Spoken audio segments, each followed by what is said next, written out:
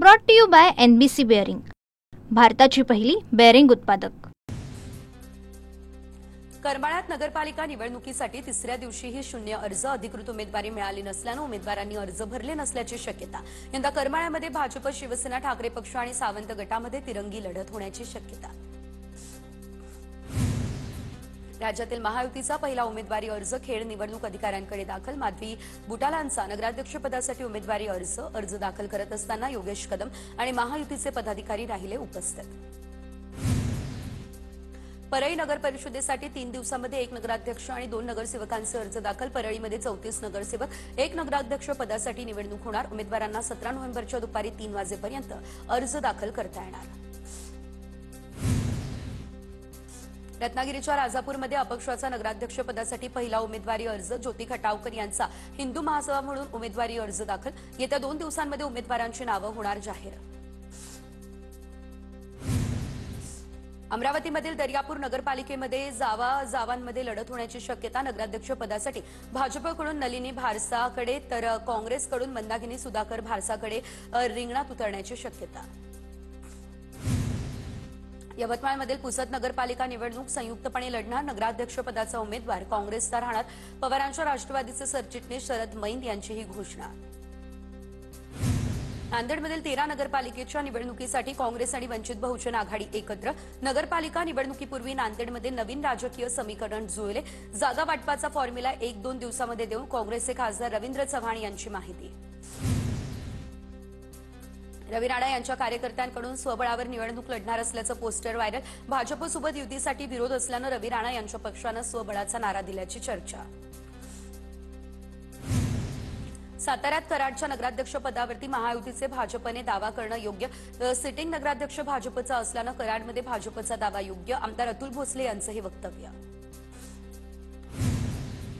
कोल्हापुरात स्थानिक स्वराज्य संस्था निवडणुकीमध्ये महायुतीत ठिणगी। चंदगडमध्ये युतीसाठी आमदार शिवाजी पाटील यांनी प्रतिसाद दिला नसल्याचा मंत्री हसन मुश्रीफ यांचा दावा। मुश्रीफांसोबत 2 वेळा चर्चा, मात्र मला गाफील ठेवलं, शिवाजी पाटलांचं वक्तव्य। बीडमध्ये शिंदेच्या सेनेची स्वबळावर लढण्याची तयारी। नगर परिषदेसाठी इच्छुक उमेदवारांच्या मुलाखती। नगर परिषदेच्या 52 जागांवरती स्वबळाची तयारी सुरू। कणकवलीमध्ये शिंदे सेनेसोबत जाण्याबाबत उद्धव ठाकरेंची नाराजी। सूत्रांची TV9 मराठीला माहिती। स्थानिक नेत्यांच्या प्रस्तावावर उद्धव ठाकरेंची नाराजी। शहर विकास आघाडीमध्ये निवडणूक लढण्याचा स्थानिक नेत्यांचा प्रस्ताव। स्थानिक निवडणुकीपूर्वी कराडमध्ये भाजपच्या पदाधिकारी आणि कार्यकर्त्यांचा संवाद मेळावा। जिल्हाप्रमुख आणि आमदार अतुल भोसले यांच्या नेतृत्वात संपन्न झाला संवाद मेळावा। उमेदवार न पाहता पक्ष सत्तेमध्ये कसा येईल याकडे लक्ष द्या, अतुल भोसलेंचं मार्गदर्शन। जालन्यात शिवसेना ठाकरे पक्षाला खिंडार। जालन्यातील शिवसेना ठाकरे पक्षाच्या जिल्हाप्रमुख भास्कर आंबेकरांचा राजीनामा। भास्कर आंबेडकरांचा आज एकनाथ शिंदे यांच्या उपस्थितीत शिवसेनेमध्ये पक्षप्रवेश। सोलापुरात भाजपचा पवारांच्या राष्ट्रवादीला आणखी एक मोठा धक्का। सोलापुरातील 5 माजी नगरसेवकांचा भाजपामध्ये प्रवेश। स्थानिक स्वराज्य संस्थांच्या निवडणुकांपूर्वी पवारांच्या राष्ट्रवादीला धक्का। माजी मंत्री जयदत्त क्षीरसागर, अजित पवार यांच्या राष्ट्रवादीच्या वाटेवरती लवकरच पक्षप्रवेश होणार असल्याची सूत्रांची माहिती। जयदत्त क्षीरसागर 4 टर्म आमदार म्हणून बीड विधानसभा मतदारसंघातून निवडून गेले। धनंजय मुंडे यांच्या दीर्घायुष्यासाठी बीडच्या बरडमध्ये समर्थकांकडून दुग्धाभिषेक। धनंजय मुंडे यांच्या समर्थनार्थ जोरदार घोषणाबाजी। मुंडेंवर जरांगे पाटलांच्या हत्येचा कट रचल्याचा आरोप। धाराशिवमध्ये जामिनावरती सुटलेले माजी नगराध्यक्षांचा भाजप प्रवेश, तर संतोष कदम आणि चंद्रकांत कनेंचा भाजपमध्ये प्रवेश। तुळजापूरमधील ड्रग्ज तस्करी प्रकरणी कदम कनेला जामीन।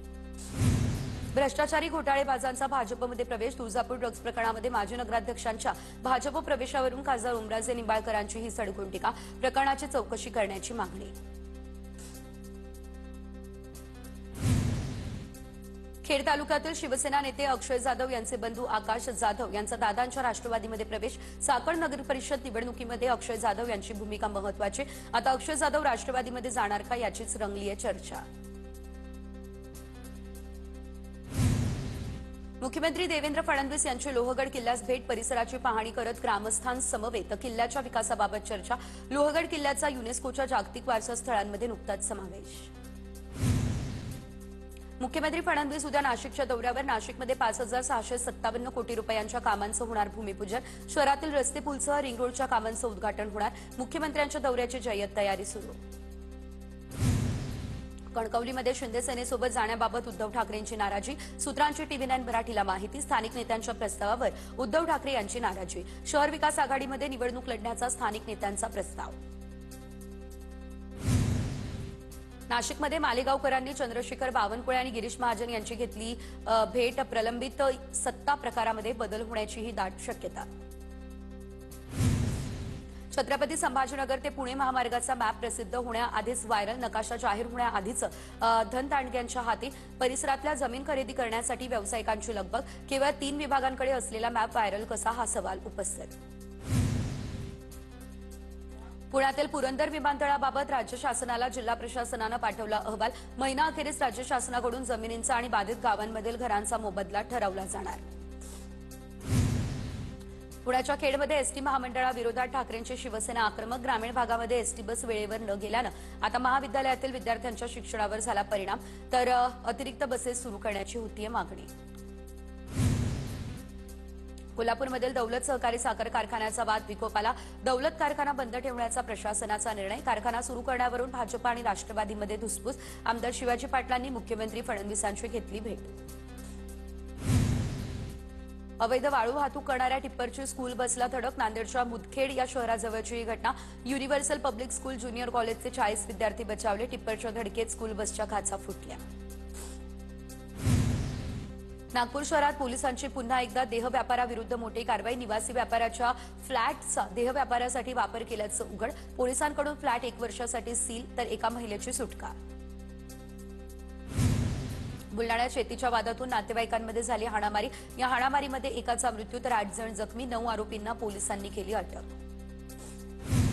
इंदापूरच्या कळंब निमसाखर मार्गावरती पुरुषाच्या पायाचा भाग आढळला, त्यामुळे खळबळ. वालचंदनगर पोलिसांकडून यासंदर्भात अधिकचा तपास करण्यात आला सुरू.